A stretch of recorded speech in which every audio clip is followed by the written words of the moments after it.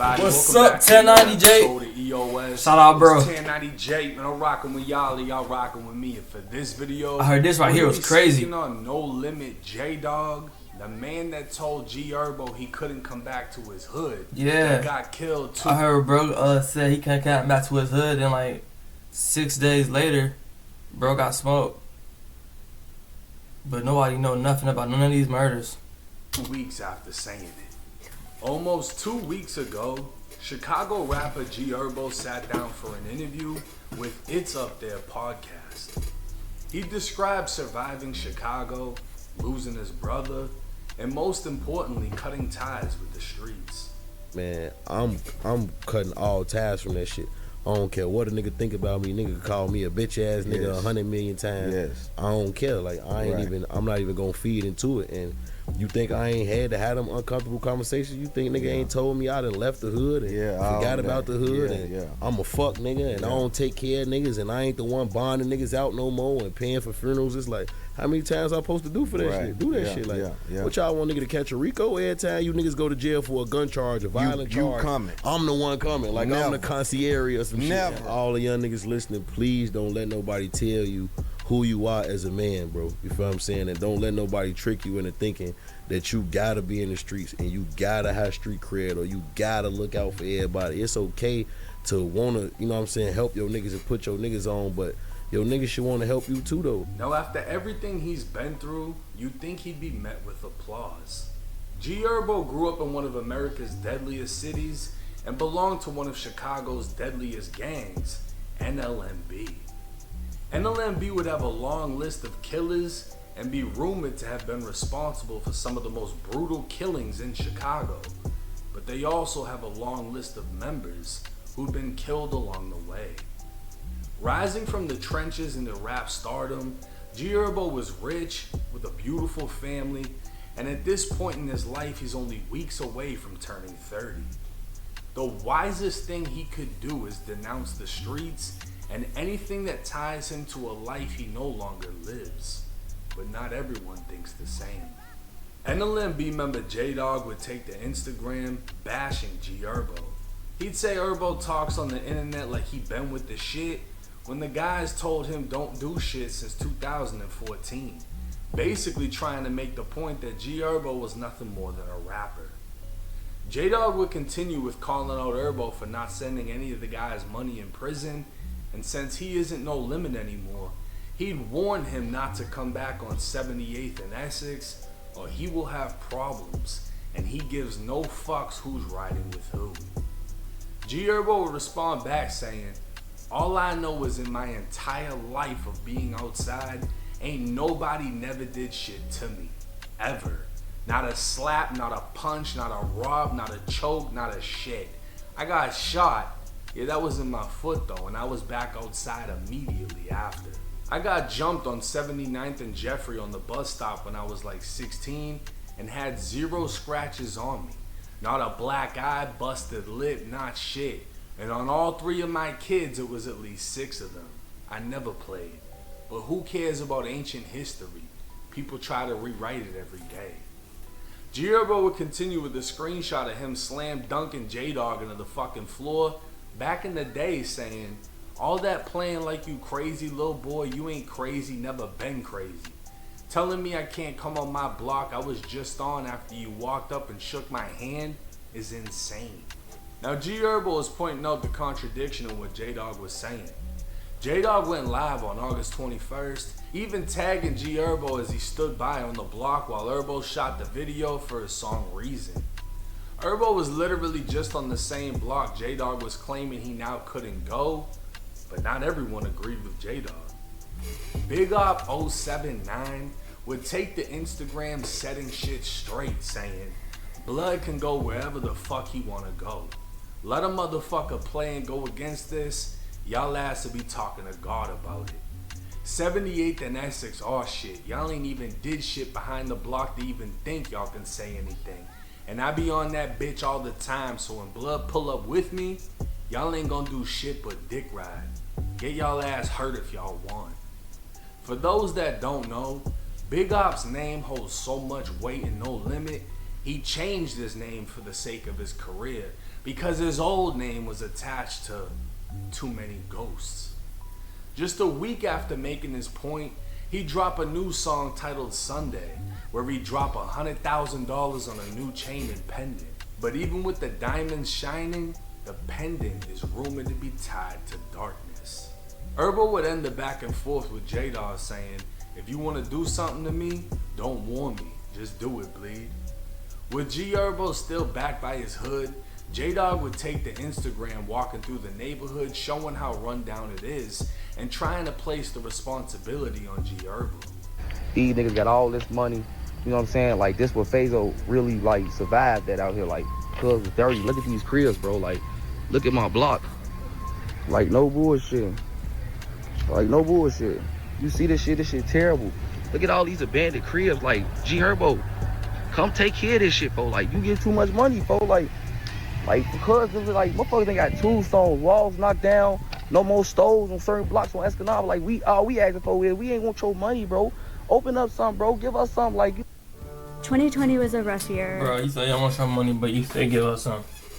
This nigga just said you don't want his money, but then say give us some. Bro, what the fuck do you want? Like, what are you trying to get out of this? like, look at this, bro.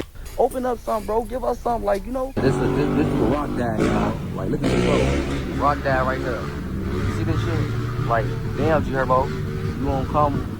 This is your man's dad at. Like, no bullshit. Rock dad in front of the store. We can't even go in this bitch buy liquor and do nothing. Like, this is Say Life for Exes, bro. Like, we can't do shit on our block, bro. Like, I'm just taking y'all around the hood of what's going on and why I'm so, like, threw off when he say he doing all this. When he can just open stores and don't gotta give us shit, and we just come to the store ourselves and spend our money with you and you get them back in. Like, make it make sense. Turn though. Keep going. 7824. If y'all know what this is, 7824 X's. This where this shit like kind of like real started. We NLMB, like this the building. This shit still look fucked up on X's. It's terrible out here. Being the crib. Like this shit fucked up. This what he shot. I'll be in the game where he's at.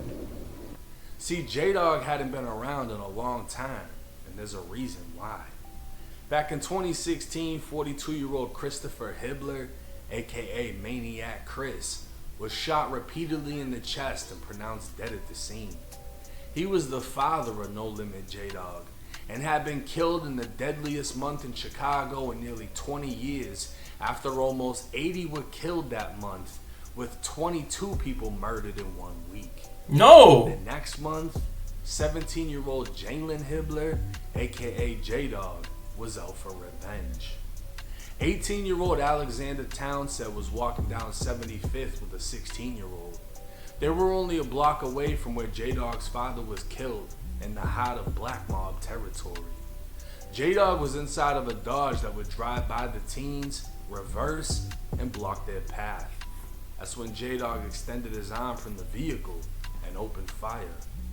Alexander was shot in the hand and stomach, collapsing near a gate, while the 16-year-old survived unharmed. Come to find out, the only reason the teens were outside is because they were allegedly sent home by their school for not fitting the dress code. The 16-year-old would be arrested on an unrelated charge the following month. Sent to the Cook County Juvenile Detention Facility, he'd see none other than J-Dog twice. The first time, J-Dog would cover his mouth with one hand while putting 2 fingers against his temple to resemble a gun.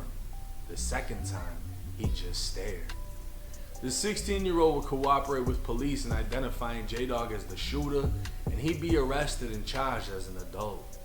The following year, while inside a Cook County jail, J-Dog would be one of 8 charged with using a microwave to set fire to their uniforms. 5 out of the 8 men were in jail for murder, and 2 officers would be injured from the fire. It's unknown how much time J-Dog was sentenced to, but it's believed to be around 10 years, and he'd served 9 until his release this year. So him coming out saying G Herbo wasn't sending money to the prisons seems more about how he wasn't getting any money sent to him while he was in prison. And looking at his old neighborhood, it's been 9 long years. Stores get taken down, houses go abandoned, and no rapper is going to clean up their entire hood. J-Dog hadn't been out long enough to know what he was speaking on, and he quickly found that out. 2 weeks after the back and forth with G Herbo, Spot News would report 2 shot on 78th and Essex, the same block he told Herbo not to come. A 19-year-old was hit in the chest, while 27-year-old J-Dog was hit 6 times in the back. Both men were listed in critical. A chest seal was applied to the 19-year-old, and 2 guns were recovered from both victims. 19 shell casings would be left at the scene, along with a rifle and live rounds. A short time later, it would be confirmed J-Dog was dead. And this is the exact reason G Herbo was smart enough to distance himself from the hood. Going back to shoot a video and showing love to the women and kids in the video, it would turn to greed and envy, as J-Dog was mad he was still stuck in the hood while Herbo was prospering. Warning him not to come back, he didn't even realize he painted a target on his own back, as the family of the teen he killed hadn't forgot about him, and now he was causing a divide in his own hood. It's clear G Herbo is not only leveled up and out of the trenches, everyone around him is leveling up, including Big Op, who was quick to take the G Herbo's defense. Chief Keef can even be seen in Big Op's video, and to be honest, he's the best example to follow. Okay, what y'all think about this shit, bro? When it comes to leaving Chicago and leaving those streets behind. Now I swear, Chicago was like home to say the wrong shit and get killed immediately after. You know, like, I remember as far back as what? JoJo pulled up on Lil Reese. Lil Reese is like, I'ma kill you, and then JoJo got killed. There's just been so many different cases out of Chicago where people say the wrong shit and die damn near immediately after. That's the importance in what G Herbo is doing. Yeah. Having the balls to go on a podcast and say, I'm stepping away from all of that shit. I'm not doing lawyer money, bond money while y'all are crashing out. It's tying me into shit I have nothing to do with. I'm successful, I got a girl, I got kids. I respect it. When I saw the video, I shared it on my Instagram. It's people doing small things like that that can turn into a snowball effect, right? You got all these kids that look up to him. He makes that move. All of a sudden, one kid makes that move. Another kid makes that move. And you got a whole avalanche of youth that are literally make that move for him. Opposite direction. Yeah. Follow him, bro. They bro. don't have to go through the indictments to learn they shouldn't have did it. They don't have to sit in the county for 3 years on a murder when they could have just avoided the situation. I salute and commend him for what he's doing. And the fact that he's able to take people with him. Big Op. He just copped a $100,000 chain.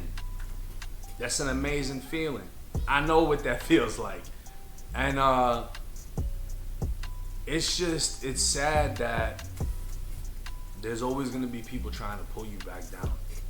No, it is for sure. Y'all let me know what y'all think about this shit, bro. We gone.